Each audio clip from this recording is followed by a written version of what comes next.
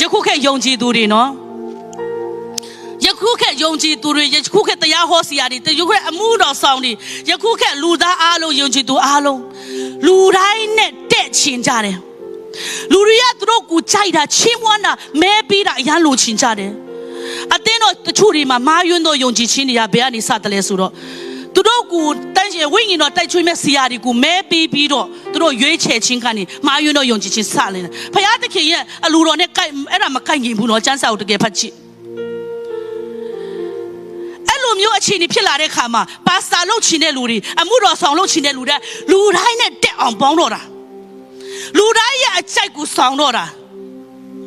လူတွေနဲ့ချစ်မှပဲငါအမှုတော်ဆောင်တယောက်ဖြစ်ဖို့ရန်အတွက်ထိုက်တန်နေဆိုတဲ့မာယွန်းနဲ့ယုံကြည်ခြင်းအမှုတော်ဆောင်တွေမှာပင်ရှိတဲ့ခါမှာမှန်ကန်သောတရားကိုနားထောင်နိုင်ဖို့ရန်အတွက်လမ်းပြောက်သွားတာသူကဲတော့မှန်ကန်သောတရားကိုဟောတဲ့လူတွေဆိုဘယ်သူမှမကြိုက်ဘူးပယ်မဲ